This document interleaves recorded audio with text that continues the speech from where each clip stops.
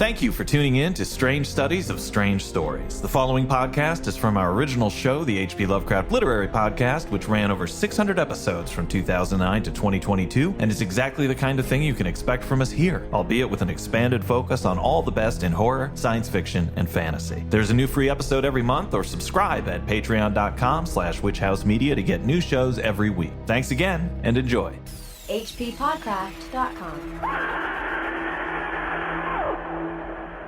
He doesn't know which of us I am these days, but I know one truth. You must own nothing but yourself. You must make your own life, live your own life, and die your own death. Or else you will die another's. The rice fields of Paragon 3 stretch for hundreds of miles like checkerboard tundras, a blue and brown mosaic under a burning sky of orange. In the evening, clouds whip like smoke, and the paddies rustle and murmur.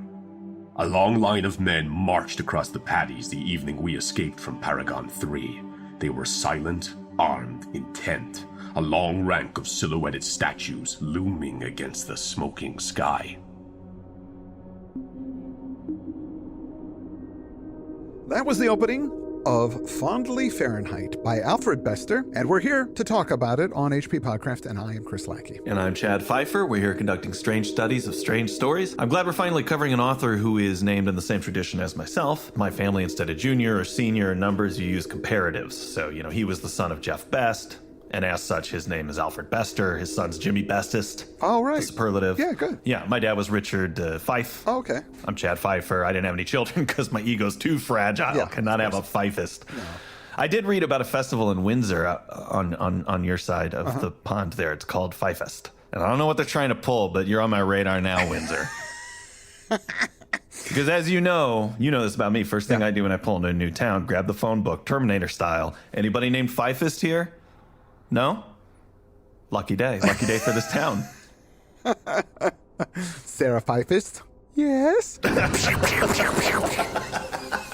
why I could relate to the killer robot themes in the story. Well, sure. I knew this would be right up your alley. Yeah. You know who else enjoys this story? Who? This week's reader, Connor McNamara. Hello. Great to have him back. Yes, when not reading or doing an office job, Connor does a little writing of his own. And if you want to check out his stuff, you can find it under his nom de plume of Fitzroy Lagan. What a great name, Fitzroy Lagan. Go read Fitzroy's work, and then you can drop Connor a note to let him know you liked it. And it'll be like you're already in a writer's private circle because you know his secret identity. Yeah, it's true. And you're corresponding. It'll be a very cool thing to do. Well, thanks for reading for the show, Connor. Thank you so much. Alfred Bester, he's a new author for us. We've never covered any of his stories before. Yes, I was speculating about his family based on my experience of the world. I don't know if Jimmy Bestis is really what his son's name was. You have some actual facts about this man. I do. He was born in Manhattan in 1913. He went to the University of Pennsylvania and then went to law school at Columbia. He married Raleigh Gulko, who was the actress that played Lois Lane on the Adventures of Superman radio show. Yeah, she might have even gone by Raleigh Bester, but... Wow, I bet his father was like, he landed Lois Lane. He is Bester. Don't have children. You're the bestest. Oh, yeah. Well, they had a great marriage. They were together for her entire life. She died in 1984, and then he died soon after in 1987. I wonder if he ever had to go to Metropolis, Illinois with her. Like every Lois Lane has to at some point. He is best known for his 1953 Hugo Award-winning story, The Demolished Man, which is about a police procedural that has telepaths called espers, or peepers, as they're also loosely in there. I like peepers. Peepers is good, but espers is a term that's used in sci-fi all the time. And this is something I brought up before with Rachel, because in science fiction, the fact that psychic powers is kind of a trope is strange. Yeah. I just accepted it. Like, oh yeah, people in science fiction, they'll have psychic powers. In the far future, the human mind develops in a way that you're able to do psychic powers. But when I was watching Star Trek with Rachel, as I do, documented in our podcast, Rich Watches Star Trek, when they announced that people had psychic powers, she goes, "What? Why do they have psychic powers?" And I thought to myself, I go, yeah, that's really bizarre. Because that's just a made-up thing that for some reason the sci-fi community glommed onto and made it a real thing in their sci-fi worlds. There's no progression of technology that's going to make people become psychic. Like there's no basis in any kind of science for that to work. Isn't teleportation kind of the same thing? I think people just want these types of superpowers, and they're confident that science is going to get us there somehow. But that's the thing in most science fiction, science doesn't get people to the level of psychic powers. It's just either natural selection or some kind of genetic engineering that enhances people's already existing psionic powers. Yeah, that's true. Oh, like, is that Deanna Troi or something? Yeah, like, Bach has psychic powers. Yeah. And it's really bizarre how everybody just is kind of cool with it.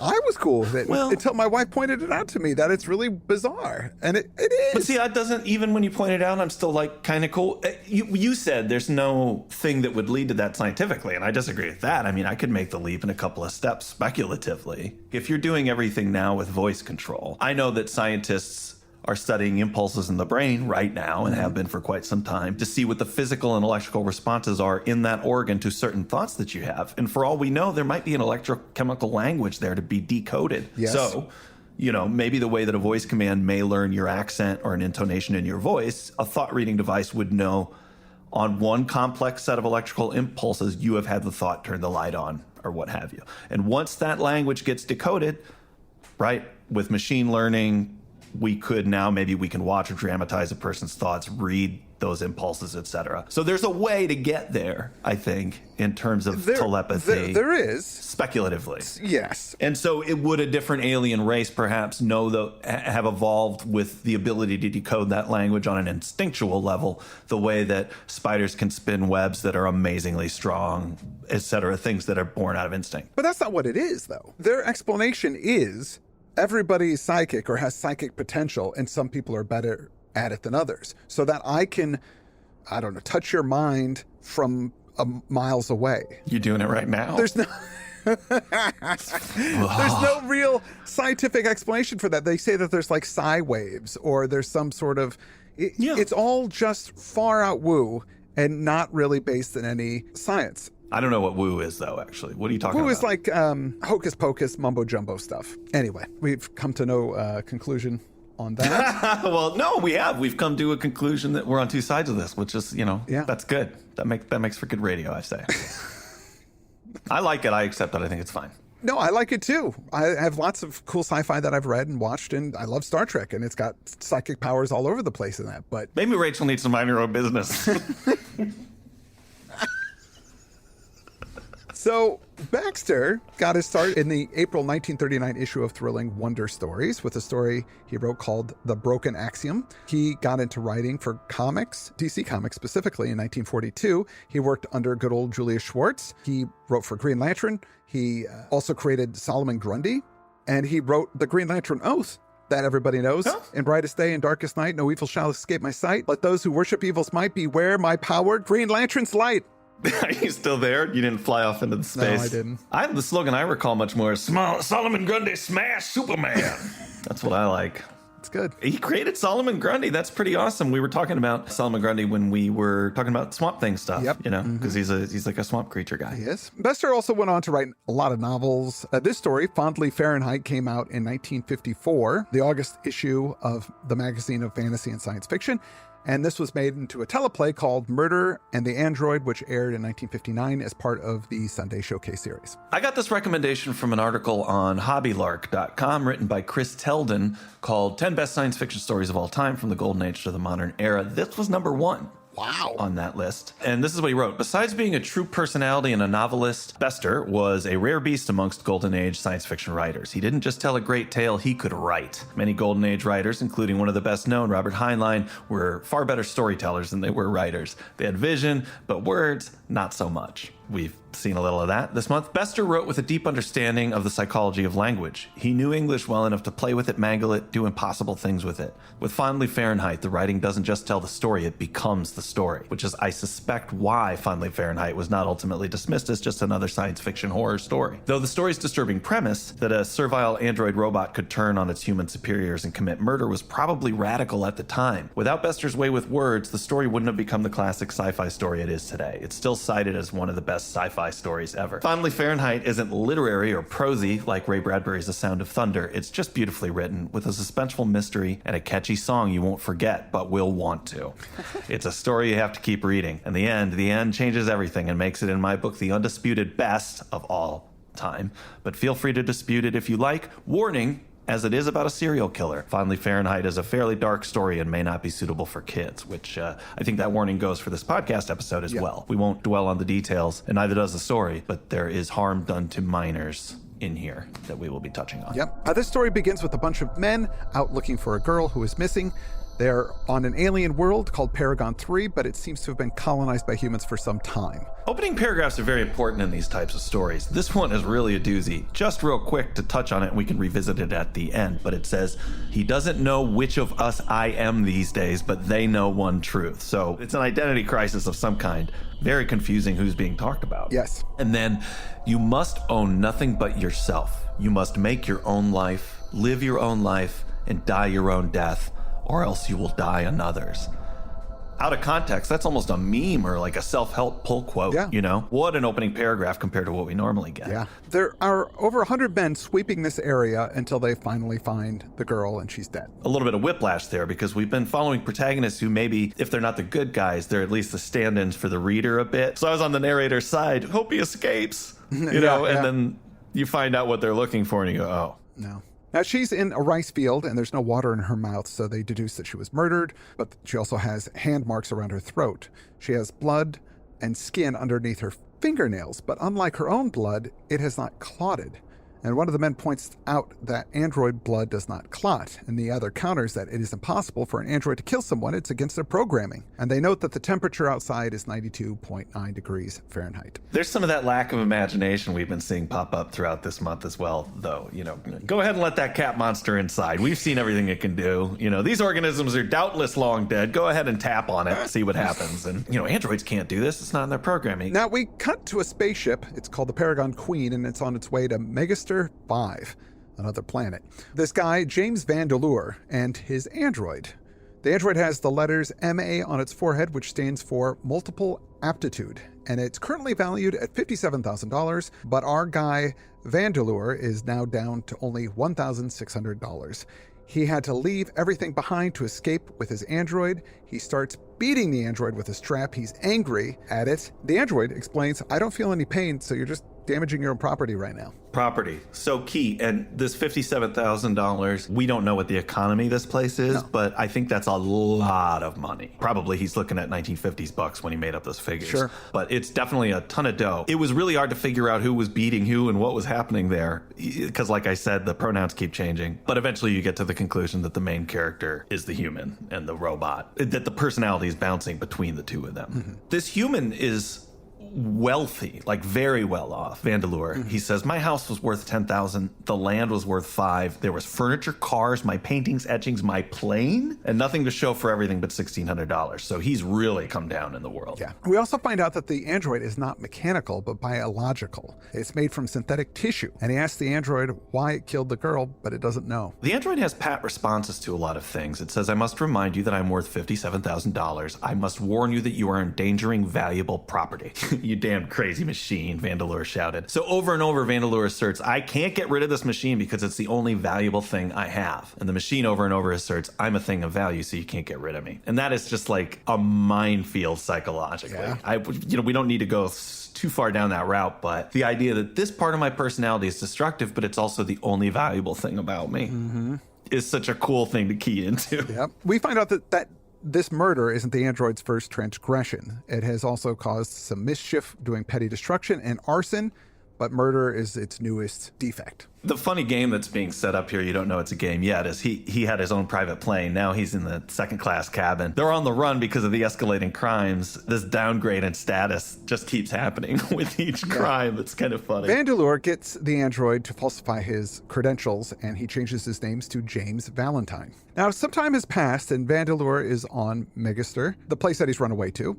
He is in a relationship with a woman named Dallas Brady. She has figured out that Valentine is Vandeleur, but she doesn't care. Dallas is a space criminal, and you know that because she uses space criminal jargon. She says, I've known for a week. I haven't hollered copper, have I? You want I should call the cops? She's a woman of low morals. I get it from her patois. This was great, too. Valentine was a little too close to Vandeleur. That wasn't smart, was it? And he says, I guess not. I'm not very smart. Just cops to it. She asks him why he doesn't sell the robot, and he says, well, I can't work. I got no real talents, and there's no competing with androids and robots for work. So she asks him why he doesn't just get the robot fixed, and he goes, look, the heat is on. People are looking for an MA robot, and I can't go to them and go, yeah, my robot's killing people. Can you fix it? That's not going to work. And also, if he got caught with this thing, he would likely get busted for being an accomplice to murder. For having not turned it in earlier. And she says, well, if you sell this thing, you could live off the money from that thing. He could, or he could sell it, live off the money for a while until he gets a job. But the problem is it's not the living that he's accustomed to. Right. He says, I lived off my old man all my life. Damn him. He had to go bust just before he died. Left me the android and that's all. So it's not even like his strategy was, oh, I'll get this android and then that'll be a living for me. Yeah. This is just the one thing of value he inherited. And man, once again, sociologically, when you do a reading of that, you know, how much of society is messed up because you have people who are just trying to hang on to assets so they don't have to do anything. Mm-hmm. You know? Yeah. He also does a little scapegoating that grows naturally out of that when he says, you know, I'm no good for nothing and you know, I can't compete with specialist androids and robots. He says, who can, unless he's got a terrific talent for a particular job? You know, automation is terrifying and real and puts people out of work, yes. At the same time, the way that he says is, why is it a talent for a particular job? It's a perspective of somebody like that who doesn't know how to do things. They think if somebody does, it's because they just kind of were born with an innate ability to do it. They didn't, you know, work really hard and study. No, they just inherited that like people inherit things. Yeah, exactly. So like, it's not work for them. If you're good at something, well, then it's easy for you because you just got that. Mm-hmm. I've heard people use that language all the time. It drives me crazy. Now, Dallas says she'll keep her mouth shut about the whole thing if the android works for her for free for a little bit. And he takes the deal. On the first hot day of summer, the android's working in Dallas's shop, and it's singing a tune. Oh, it's no feat to beat the heat. All reet, so jeet your seat. Be fleet, cool and discreet. Honey. That song was so creepy, I had to actually make a version of it. I was going to say that it's better to not know what the song is, and it makes it even creepier. Oh, but nice. At the end of this episode, you'll get to hear it. Be Fleet. Ooh. The new single. Oh, wow. I'm so excited. Yeah, it's good. You just sang on it. You didn't even mean to. Nice. Oh, no. You provided the vocal for the robot. Oh, God. Hey, guys, you know, I like to trap folks. Now, she asked the android, because he's singing, are you happy? And he says, well, I can't feel emotions.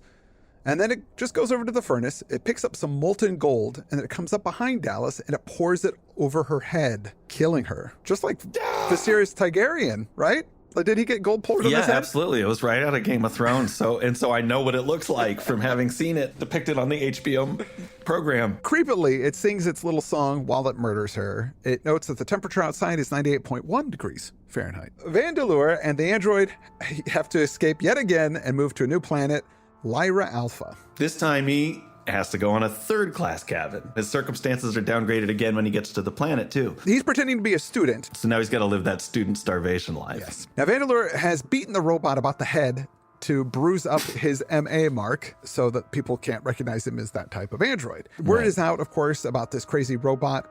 It's the android rampage in all of the press. Vandeleur has befriended two students, Wanda and Jed, who have a theory about what's causing this android rampage, but they don't want to share it yet because they're hoping to publish a paper that will get them a lot of recognition and jumpstart their careers. Now, Wanda and Jed begin to suspect that Vandeleur's android might be the mad android, so they decide they're going to get their infrared camera and go take a picture of him at his work, which is at a foundry, to see if it's got that MA under his bruise. He's really beat up right in that one place. Such a clumsy way to disguise that.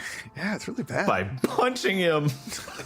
But I love this. This is a very like horror movie victim way to act for these students to say, let's not alert anybody because we want the scoop. Yeah. This could make our careers. You know, you have to bend over backwards to justify why they didn't tell anybody that they suspect this is the murdering robot. Let's go spy on him first. Yeah. Well, it doesn't work out for them because when they go down to the furnace to take some pictures of the android, he sees them, he gets them, he kills them, and he stuffs them in the furnace. They note that the temperature is 100.9 degrees Fahrenheit. Things didn't go reet for them.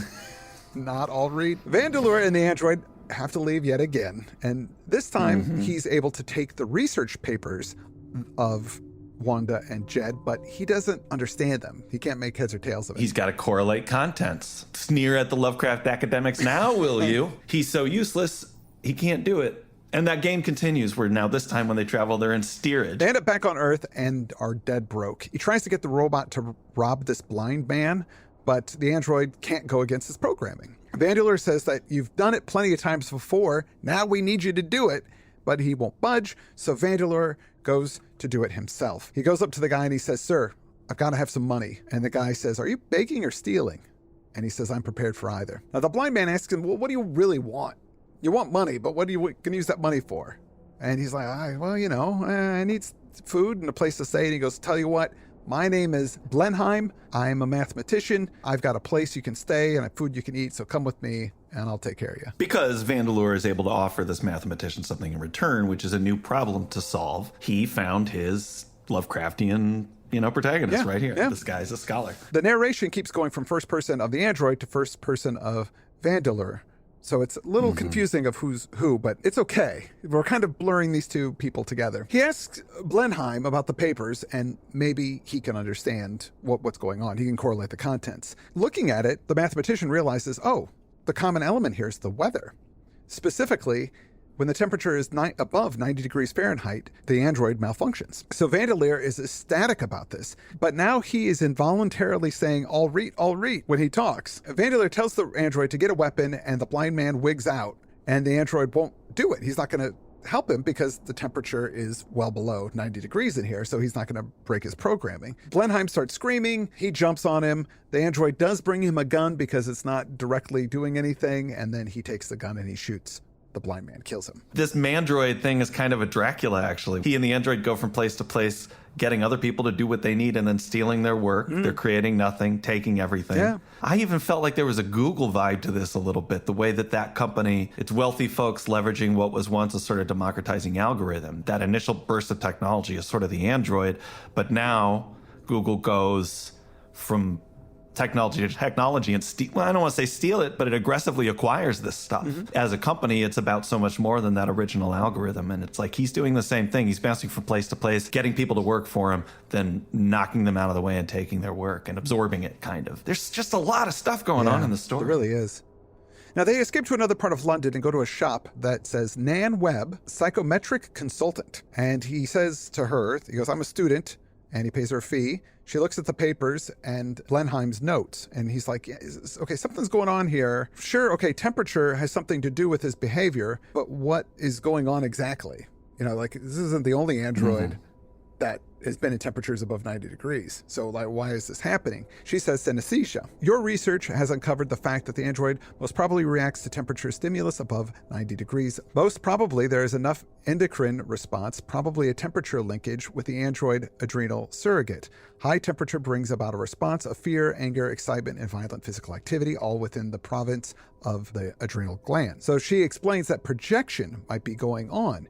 It is the process of throwing out upon another the ideas or impulses that belong to oneself. The paranoid, for example, projects upon others his conflicts and disturbances in order to externalize them. He accuses directly or by implication other men of having the very sickness with which he is struggling with himself. It is the danger of believing what is implied. If you live with a psychotic who projects his sickness upon you, there's a danger of falling into his psychotic pattern and becoming virtually psychotic yourself, as no doubt is happening to you, Mr. Vandeleur. She sees through his lies. But what she's saying here is that, if you're with somebody, you're going to start picking up their traits or their psychosis. And because this robot is susceptible to becoming psychotic at high temperatures, when that happens, you're getting that as well, and you're acting psychotic. And we go, oh, that's why he pulled the gun and shot the blind man in the last thing. Now the robot's psychosis is rubbing off on him. And she pulled a good trick when she said, "Oh, you want the student discount? What college are you in?" And he made up a college name, and that's when she knew that he was a made-up person. Yeah. So she did a little sleuthing, which was rewarded by a quick death from the android. Or wait, actually, he shoots her, doesn't he? Him. He's the one who does it, right? Because once again, if somebody helps him out, I'm kind of on his side at this point. He's a terrible person, but I don't know. Maybe it's just because they're moving a lot, but it's fun. It's like he and his psychotic robot are jumping from space to space. Getting people to give him information. It's kind of like a Natural Born Killers sci-fi edition. Now, Vandeleur and the android get in a car and they attempt to make their way to Scotland, where it's always cool, so the android won't wig out. But on the way there, they are spotted and a helicopter gets above them. You know, they're in the spotlight driving down the freeway. It says over the loudspeaker, "Attention, Android, you are in control of the vehicle. You are to stop at once. This is a state directive superseding all private commands." This actually works. The Android goes, "Oh yeah, well, it's a state directive, so I've got to obey. That's part of my programming." And Vandeleur points out, he goes, "Well, how do you know that they're actually with the police? They could be lying. There's no proof." But anyway, the Android's not really sure what to do with that, so he just pushes it out of the way and he drives the car. But then they crash, it catches fire, they crawl out of the car. Then the helicopter is shining its light on the scene of the wreck, but then the wreck explodes and it gives them some cover to escape. They're able to find a frozen pool and they break the ice and they crawl in the freezing water to hide. The explosion started a fire that continues to spread, and men are out looking for these fugitives. He checks his gun because he's going to shoot these guys if they get too close, but his gun is gone. Somehow he lost it. As the fire is moving closer, shots go off, but it's his gun being consumed by the fire, igniting the gunpowder and the bullets. Right, which is to let us know that fire's moving. It's a cool way to show the motion of it. You know, they're in this cold pool, so the robot should be okay, but that approaching fire, it's gonna unlock the android's murder powers. Now the fire passes over them and the android begins to scream, which is notifying them of their position. So he hits it to make it shut up, but it hits him back. There's a bit of a scuttle, and finally the thing moves out of the mud. It comes out near the wall of fire, and it just starts dancing. They shoot at it, and it keeps dancing until it is enveloped by the flames, the temperature of which are 1,200 degrees Fahrenheit. Vandeleur didn't die. I got away. They missed him while they watched the android caper and die. But I don't know which of us he is these days. Projection, Wanda warned me. Projection, Nan Webb told him. If you live with a crazy man or a crazy machine long enough, I become crazy too. But we know one truth. We know they were wrong. The new robot and Vandeleur know that because the new robot started twitching too. Here on Cold Pollux, the robot is twitching and singing. No heat, but my fingers writhe. No heat, but it's taken the little tally girl off for a solitary walk. A cheap labor robot. A servo mechanism. All I could afford. But it's twitching and humming and walking alone with the child somewhere, and I can't find them. Cool and discreet honey in the dancing frost while the thermometer registers 10 degrees fondly Fahrenheit. That's the end of the story. I thought that this is sort of science fiction sci-fico, a little bit. Because he's doing that thing where he's committing the crimes and blaming an external, mother, what did you do? Blood, mother, blood. This is the same thing, except it's android, robot, what did you do? It is that a bit, but the android is actually killing people. There was android blood underneath the girl's fingers. At first, the android was killing people. But we've learned quickly that his psychosis was, or maybe the android was picking up some kind of derangement that he had, and then was manifesting it when it got above a certain temperature. But then it was kind of feedback looping onto him, and he was just openly shooting people. He was the cause of this whole thing. That is a good clarification to make, by the way, because I wouldn't want anybody to think that he's dressing up like the robot. Although that would be an amazing plot, too.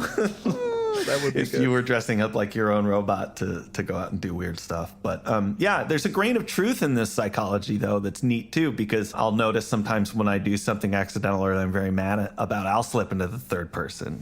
There's things I'll go, oh, I'm sorry I did that. And then you'll drop something, I'll go, fight for you, idiot. Why did I suddenly make that division? Yeah. What's the difference between me and that person I just cursed out? I feel like there is a slope that gets one towards doing that more and more. I do that as well. Like, oh, you idiot. Why are you so stupid? You did that stupid thing. Who am I yelling at? Right. It was me. I did it. Who are you're yelling at, and why did you slip it? Why sometimes is it that, but then other times you're like, oh, I'm such a sucker. Why did I fall for that? Now, so there's allowable things that are in character for you, and then sometimes you'll do something that you feel is out of character. And it's weird that it would be something like, dropping something because, well, that's in nobody's character. That's just an accident. Irrational mental distancing is happening in there. How is this going to get complicated when we start having beings that will literally obey any order we give them? Wow. That's fascinating to me. That's crazy stuff. And that is why sci-fi is so much fun. And then I have to circle back around to that opening paragraph when he says, you must own nothing but yourself. You must make your own life, live your own life, die your own death, or else you will die another's. There's a lot of ideas in there around scapegoating, personal responsibility, status and ownership steals individuality either way, as long as it's not, like in any relationship, you're owned by what you own. Yeah. But also, if you look at it from the way of, if you're a soldier in an army, you're being dictated by your commanders, by your government, by your whomever. You're giving up your responsibility in a way to take orders and to do these things. Well, not just as a soldier, any job that you take, you're going to, I'm going to work for this corporation. I'm going to do this business. So many people just give up their self and they don't stick to their morals or their ethics, and then they just do whatever they got to do. Yeah. And that's another part of it. Right. I mean, when you have a politician who makes a bad decision and says, well, my constituency wanted that. Maybe they did. Yeah. But what did you get? Didn't you get elected for having your own mind? And so then it gets complicated because you are responsible to others. Mm-hmm. But are you a creature of theirs? And it's a struggle that we're all on some spectrum of, because, you've got the military where you are, hey, I'm just here to follow orders and I'm a tool, I'm an instrument. But then you also have, say, you go to your job and as you said, you're your boss's creature all day and then you come home and now your children are your creature. You do this, you do that, I want you that. And you know what? While you're at it, fulfill my dreams that I didn't get it fulfilled. You now have that part of my life on you too. Bester's trying with that one sentence in there to say, hey, this is couched in this kind of rollicking, psychotic killer robot story. But at the end of the day, remember, you better not own anything but yourself. Make your own life and die your own death. Because if you don't, you will just be, you're not the protagonist in your own life. You're a character in somebody else's book. What a weird message to take out of this crazy story, It's a great story. Awesome stuff. Really awesome stuff. Yeah. And that's going to conclude our coverage of it. I want to thank Connor McNamara for reading like a champion. Go check out his stuff under his nom de plume of Fitzroy Legan. I would like to thank some patrons for supporting us, and hopefully you enjoy these wackadoo science fiction stories. I'm going to start by thanking David Alloy. I'd like to thank David Gutierrez. I'd like to thank Ian Tompkins. Thank you, Mason Starr. Dean Goldsmith, thank you so much. Leslie Adams, thank you. Lucia Sandin, thank you. Nancy Bishop, thank you. Garrett Licata Portentoso, thank you so much. And lastly, I'd like to thank Michael Vakian. We're going to be back at you next month with more strange studies of strange stories. For now, I'm Chad Pfeiffer. And I'm Chris Lackey, and you're listening to hppodcraft.com. It's no feat to beat the heat or weak. So cheat your seat or weak. Be fleet. Who is great? It's no feat to beat the heat or weak. Be fleet. Cool and discreet. Cool and discreet. Found in the fleet.